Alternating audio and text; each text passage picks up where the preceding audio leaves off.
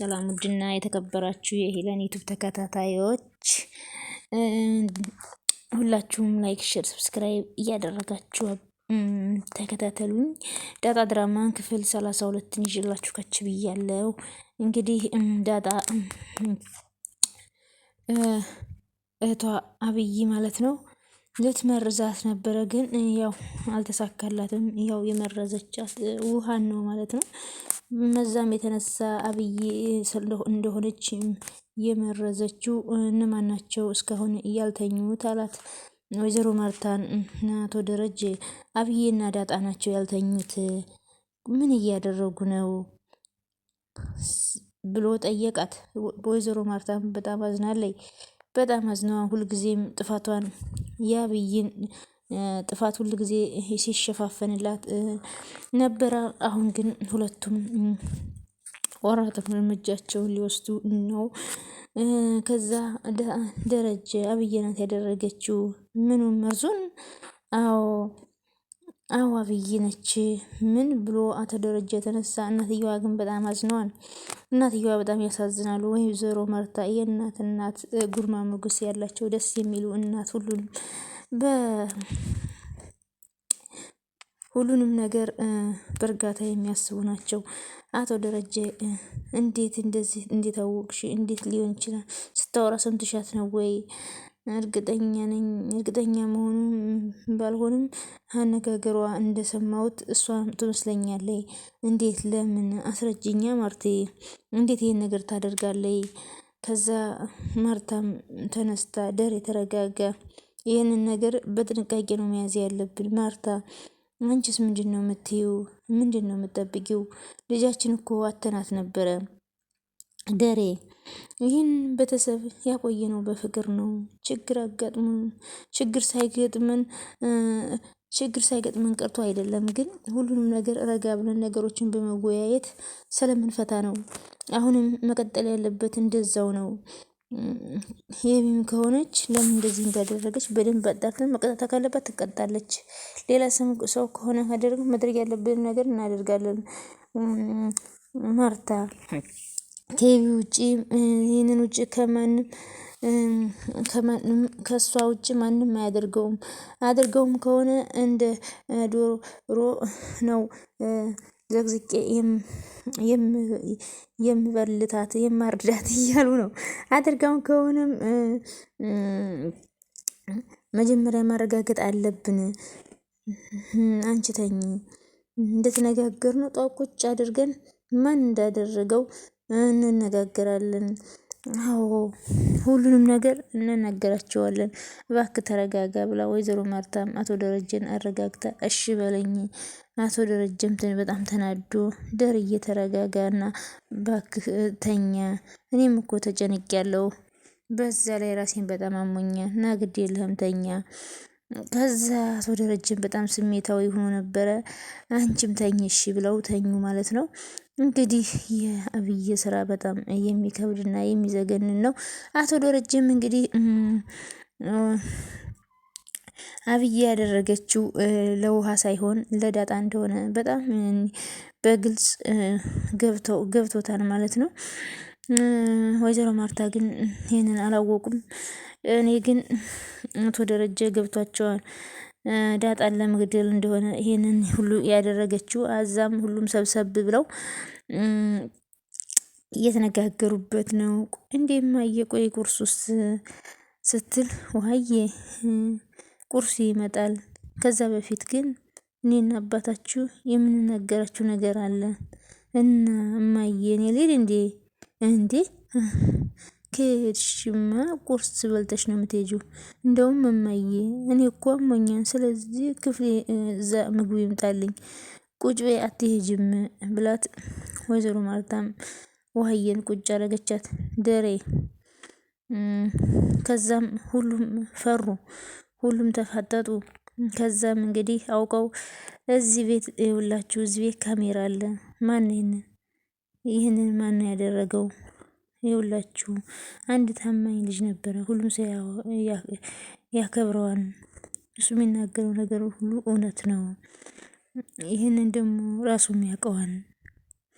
ታዲያ አንድ ቀን ከትምህርት ቤት ትምህርት አቋርጦ ወደ ቤት ሲመለስ አንድ ሽማግሌ መንገድ ላይ ያገኙታል።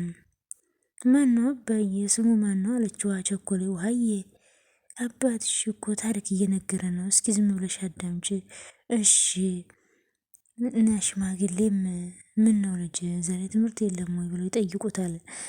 ከዛም ያ ልጅም በስህተት ይሳሳትና አይ ዛሬ መምህራችን ስለሞተ ትምህርት የለም ይሉታል አለ። እየቀለደ ነው። ከዛ ውሃዬም ችኩል ብላ ምን አስተማሪያቸው ነው አባዬ ማለት ጀመረኝ። እንዴ ውሃዬ ዝም ብለሽ ማዳመጣችም ዝም በይ እሺ። በመሀል እየገባች ውሃም እንግዲህ ታቋርጣለች። ከዛም ዋሸቱ ሲገባው አልሞተም ብሎ እውነቱን እንዳይናገር ዋሽቶ ስለማያውቅ እዛ ውሸቱን ቀጠለበት። ሽማግሌው ምን አስተማሪያችሁ ነው ብሎ ሲጠይቁት ሂሳብ አስተማሪያችን ነው ብሎ ይለዋል። ከዛም በምንድን ነው የሞተው ብሎ ይጠይቁታል። አይ በመኪና አደጋ ነው የሞተው ብሎ ይዋሻቸዋል።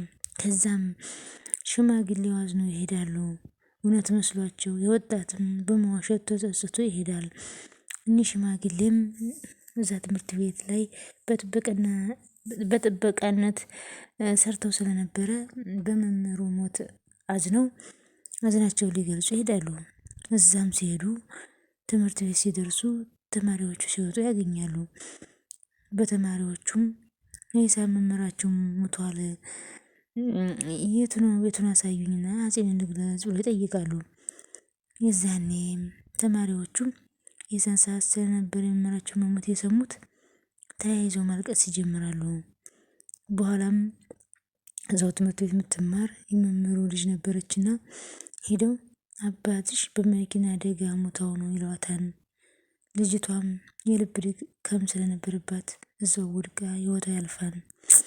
ስለዚህ ያቺ ልጅ እንግዲህ በውሸት አባትየው ያልሞተውን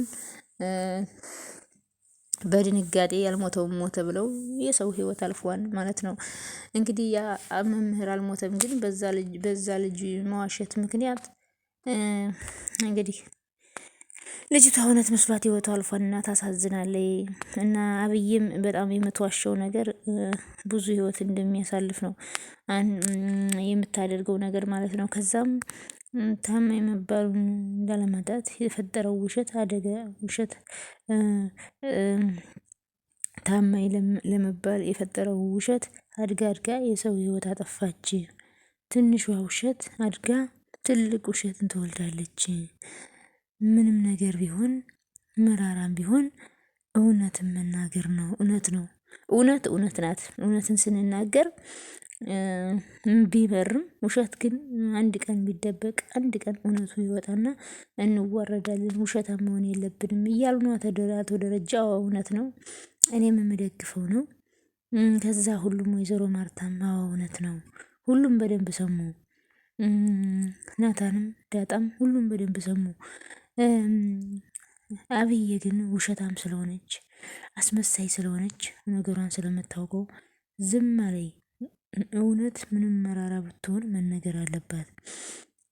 እሺ ልጆች ሲሉ ከዛ አብዬም የሰማች አትመስልም ብዙ ውሸት ስላለባት። ከዛ እንግዲህ የዳጣ ፍቅረኛ ነው የተባለው የዳጣ ፍቅረኛ የዳጣ ይቅርታ የአብይ ፍቅረኛ የተባለው ምጥንን አግኝቷት ምንድነው ዛሬ ትምህርት የለም እንዴ? ቅዳሜ ትምህርት የለም? አዎ አንተ አልተማርክም እንዴ? አይ ብማር እኔ ካንቺ ጋር ምን እሰራለሁ? ይልቅስ ውሃ የለችም? ውሃ እኮ ማለት ነው መርዝ ጠጥታ ልትሞትብን ነበረ። ለምን ሆና ነው?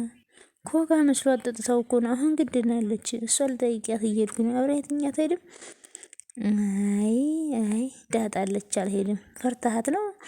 እኔ ኧረ እኔ ማንንም አልፈራም። ባይሆን የቢን ስታገኛት ቀድመሽ ጉንጯን ሳሚያትና አሁን የሳመሽ አልጁ ነው በያት። አይ ትመታኛለች። ልትመታሽ ያነሳችውን እዟ ፊትሽ ላይ ሳይደርስ ተወርውረሽ እደርስልሻለሁ። ማንንም እንዳትፈሪ። ኧረ እባክህ እኔን ትመታኛለች። ከፈለክ አብረን እንሂድ። ኧረ አትፍሪ በእናትሽ እኔ ያለሁልሽ አልኩሽ አይደል? በቃ ሂጂ ወደዛ ብሎ ስሚኝ ደግሞ የቢን ደግሞ በደንብ ሳሚልኝ አላት። ከዛ ምጥንም እንግዲህ እሺ ብላ ወደ ዳጣ ቤት ትሄዳለች። እንግዲህ አብዬ ሴራ ማለት ነው ተጋልጧል ማለት ነው። እች ሴረኛ ደሬ እውነቱን ነው። ይህ የሚነግራችሁ ታሪክ ዝም ብሎ ታሪክ አይደለም። ውሃ እየጠጣችሁ ኮካ ላይ መርዝ ተጨምሮበታል። ስለዚህ ምናልባት በስተት የጀመራችሁ ካላችሁ በስተት ነው ብላችሁ ተናገሩ እያል እኔን ይህም የግድ ማወቅ አለብን። ካላወቅ ምናልባትም እኛም አናውቀው ሊጎዳን የሚፈልግ ሰው የጨምረው ከሆነ እሱን ማወቅ መቻል አለብን። አዎ ምንም ችግር የለም። እናንተ ተማማቾች ናችሁ። የዚህን ያህል ከፍታችሁ እንደማትጎዳዱ አውቃለሁ። ስለዚህ ተናገሩ። ይሄ በጣም አደገኛ ነገር ነው። ይህንን ችግር የፈጠረው ሰው ማወቅ አለብን። ይሁላችሁ ብርጭቆ ውስጥ የበረዶ መርዝ የጨመረው ማን ነው? የበረዶ መርዝ የጨመረው ማን ነው? ከዛ አብዬም በጣም ፈራች፣ በጣም ተንቀጠቀጠች። ከዛ ዳጣዬም እኔ አላውቅም ኮካውን ግን የገዛውለት ለአብዬ የገዛውለት እኔ ከዱር ሱቅ ነው የገዛው፣ ግን አልተከፈተም። መርዙ እኮ የተገኘው ብርጭቆ ላይ ነው እንጂ ጠርሙሱ ላይ እኮ አይደለም። አብዬ ብርጭቆውን ከየት ነው ያመጣሽው? እዚህ ጋር ነበር ያገኘሁት እማዬ አለች። ከዛም ዳጣ በጣም ማየት ጀመረኝ። አብዬ ግን ከፍታ ነበረ ዳጣ የሰጠችኝ፣ ስለዚህ ዳጣ ናት የጨመረችው አለኝ። ከዛም አቶ ደረጀ መርዞ የተገኘው ብርጭቆ ላይ ነው ሲሏት ከየት አገኘሽው ስትባል ኧረ እዚህ ነው ያነሳው። ሰላም ሳታነሳው እንዴት እዚህ አገኘሽ? ሰላም እኮ ይሄ ሲሆን አልነበረችም። ውሃ ምን ክፍል ነበር? ሰላምም አልነበረችም። ታዲያ ማን ነው መርዞ ብርጭቆ ውስጥ የጨመረው? እኔ አልጨመርኩም እማዬ አለች ውሃ። ሰላም እንዴት ሳታነሳው እንዴት እዚህ አገኘሽው አሏት። በጣም ደነገጠች። የመጀመሪያ ምንም ነገር ከማለታችሁ በፊት አንድ ነገር ልንገራችሁ። ምን እንደተፈጠረ እውነቱን እንድትነግሩን እንፈልጋለን። ካልተናገራችሁ ግን እዚህ ካሜራ አለ ተብሎ ከዛ በካሜራ ይታያን ስትባል ያውዳ እኔ ነኝ ብላ ከዛም እንግዲህ አቶ ደረጀና ወይዘሮ ማርታ አብዬን ከሀገር ሊያስወጧት ነው ማለት ነው። እኔንም በጣም ደስ ብሎኛል። ይሄ ለዳጣ ነጻነት ነው። ለዳጣንና ለናታን በጣም ደስ ይላል። ይቺ እስስት ማለት ነው። እንደ አብዬ አይነቶቹን ሰዎች ፈጣሪ አምላክ ከምድረ ገጽ ያጥፋልን። እንደ ውሃ የዋህ የሆኑትን ሰዎች ያብዛልን ማለት ነው። ስለነበረን ቆይታ ከልብ እናመሰግናለን። ላይክ፣ ሸር፣ ሰብስክራይብ ማድረጋችሁን አትርሱ። አመሰግናለሁ። የምወዳችሁ ውድ ቤተሰቦች ባይ ባይ።